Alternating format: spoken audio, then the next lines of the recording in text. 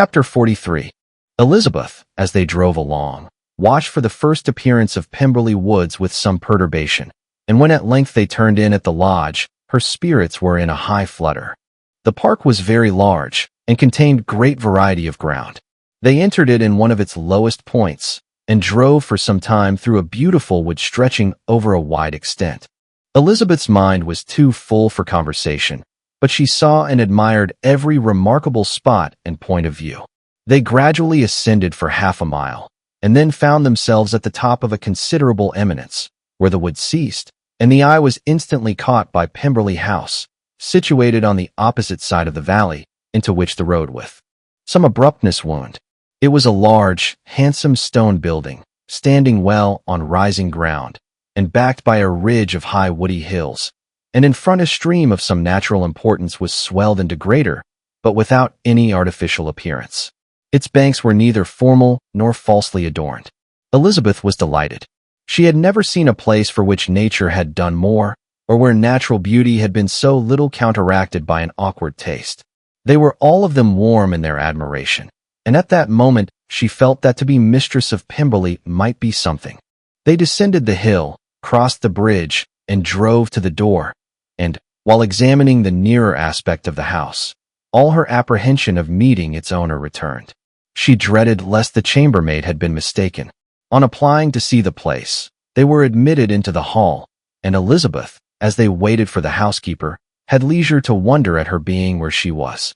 The housekeeper came, a respectable-looking elderly woman, much less fine, and more civil than she had any notion of finding her.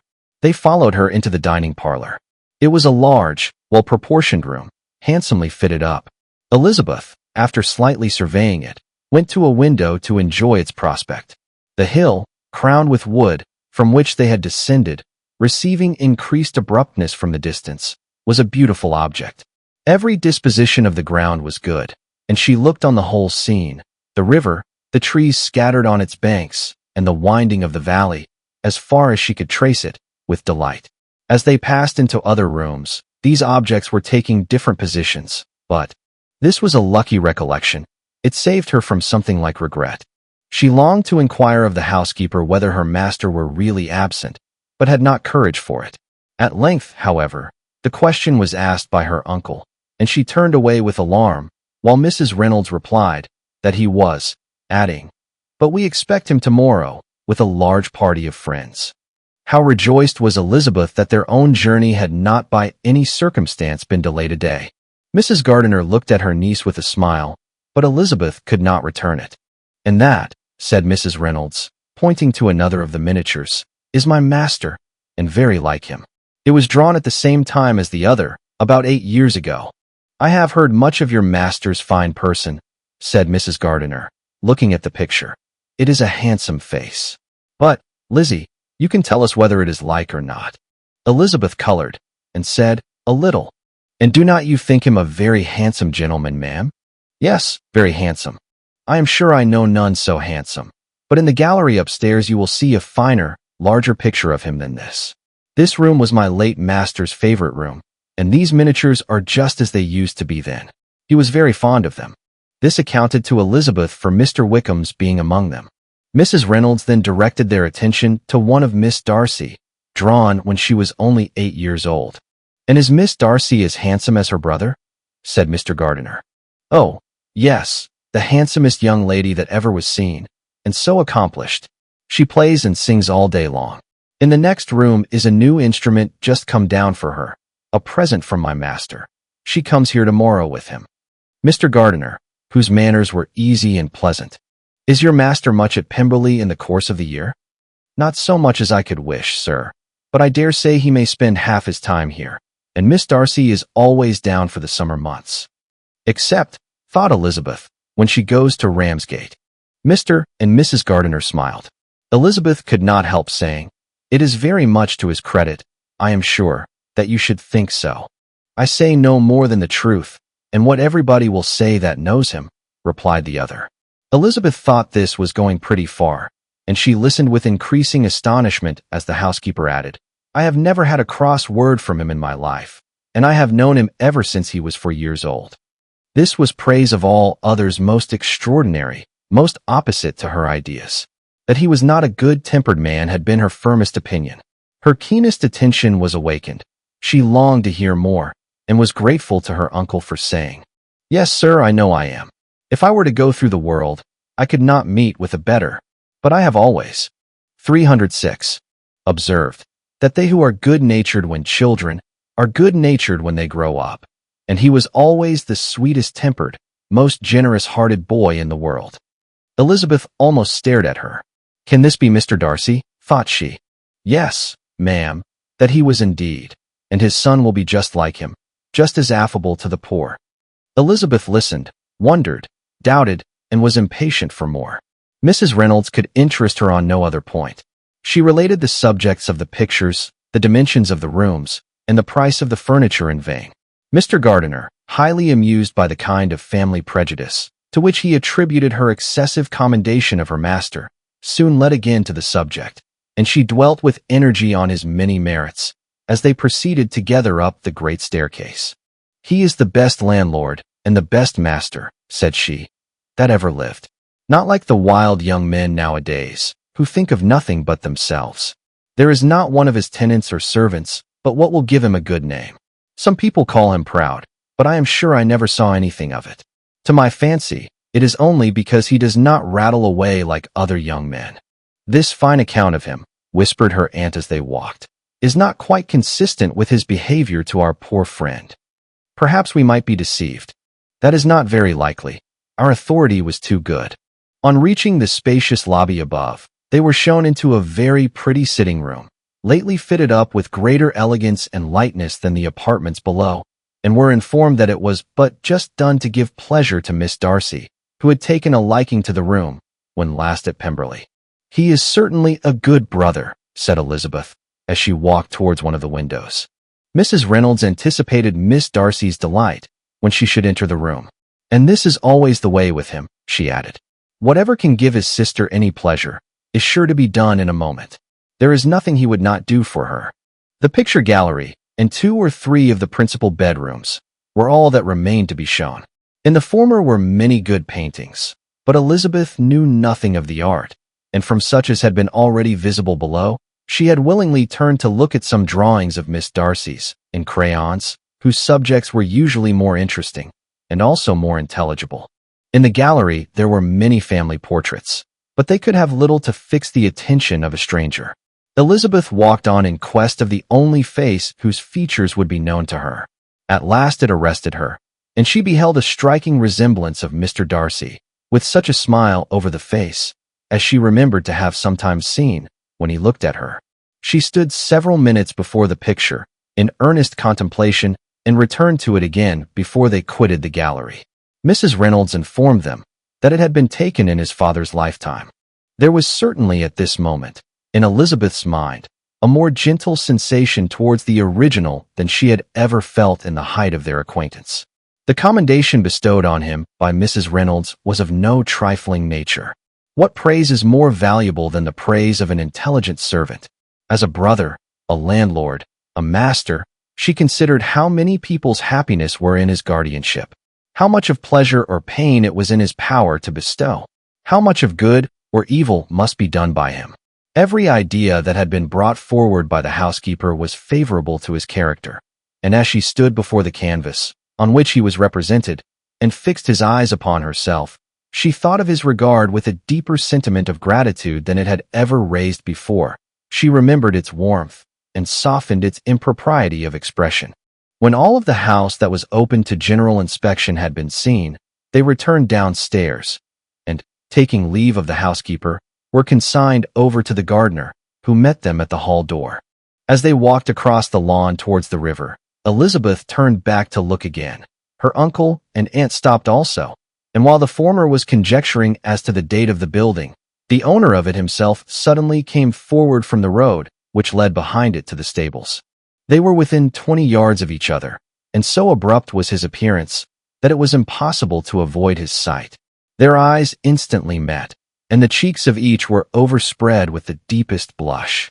He absolutely started, and for a moment seemed immovable from surprise, but shortly recovering himself, advanced towards the party, and spoke to Elizabeth, if not in terms of perfect composure, at least of perfect civility. She had instinctively turned away, but stopping on his approach, received his compliments with an embarrassment impossible to be overcome.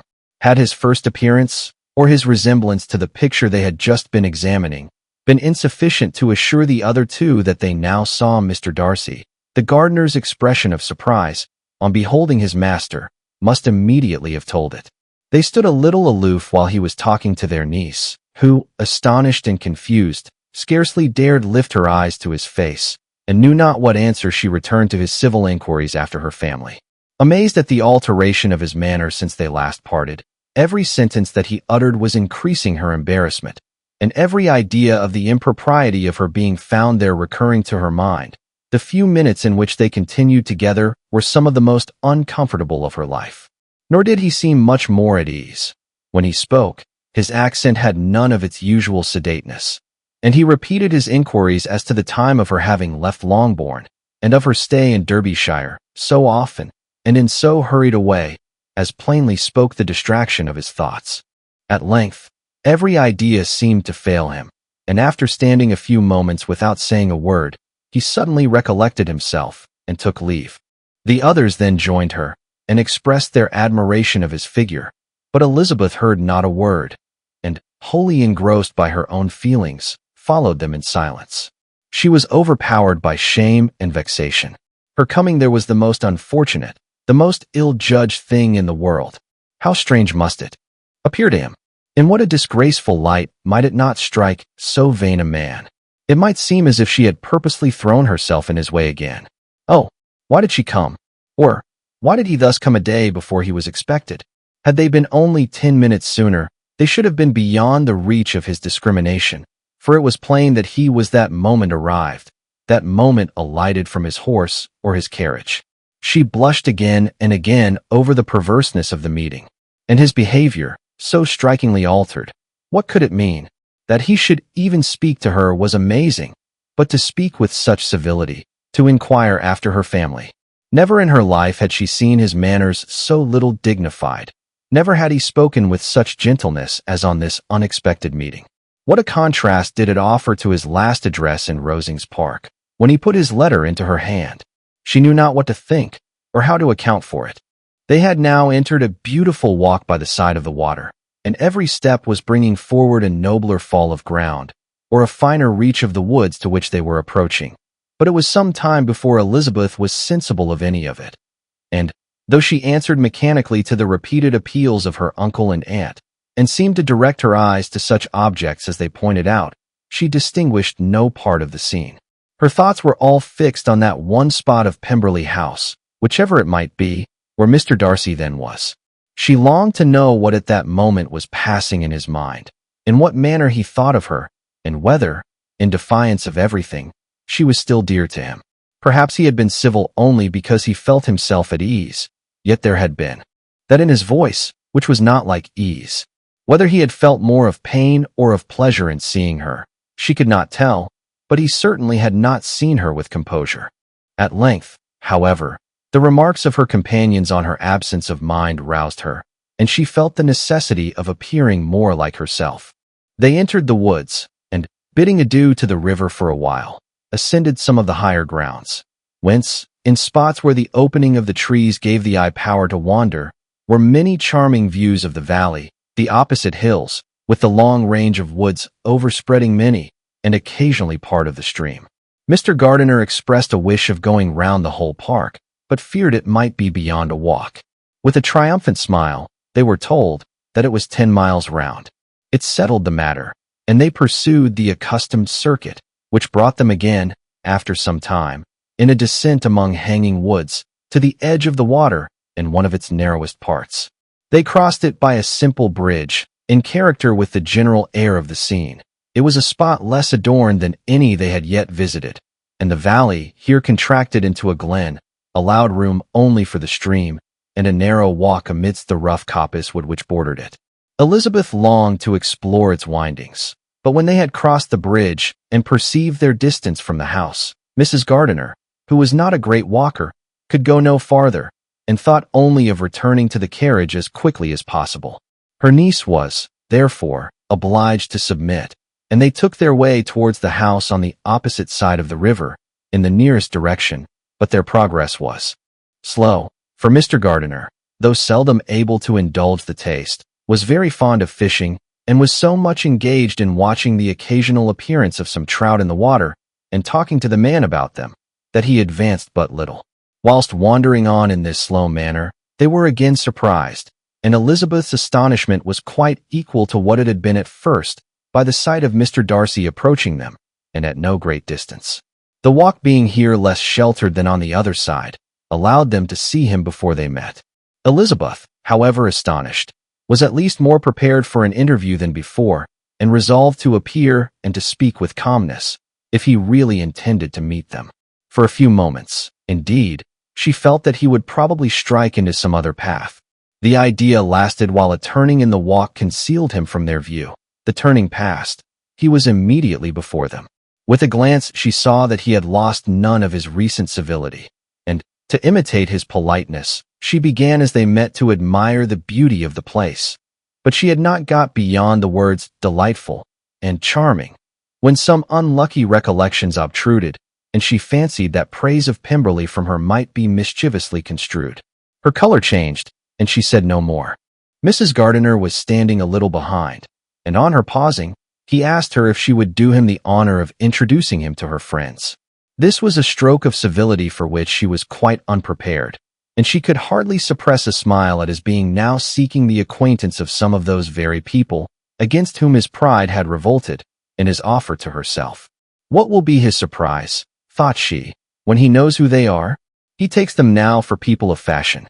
The introduction, however, was immediately made, and as she named their relationship to herself, she stole a sly look at him, to see how he bore it, and was not without the expectation of his decamping as fast as he could from such disgraceful companions. That he was surprised by the connection was evident. He sustained it, however, with fortitude, and, so far from going away, turned back with them, and entered into conversation with Mr. Gardiner. Elizabeth could not but be pleased, could not but triumph. It was consoling that he should know she had some relations for whom there was no need to blush. She listened most attentively to all that passed between them, and gloried in every expression, every sentence of her uncle, which marked his intelligence, his taste, or his good manners.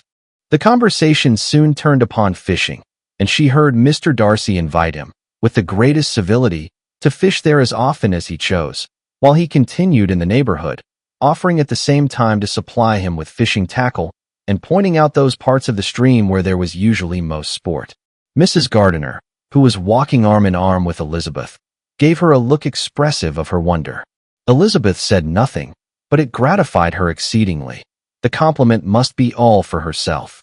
Her astonishment, however, was extreme, and continually was she repeating, "Why is he so altered? From what can it proceed? It cannot be for me.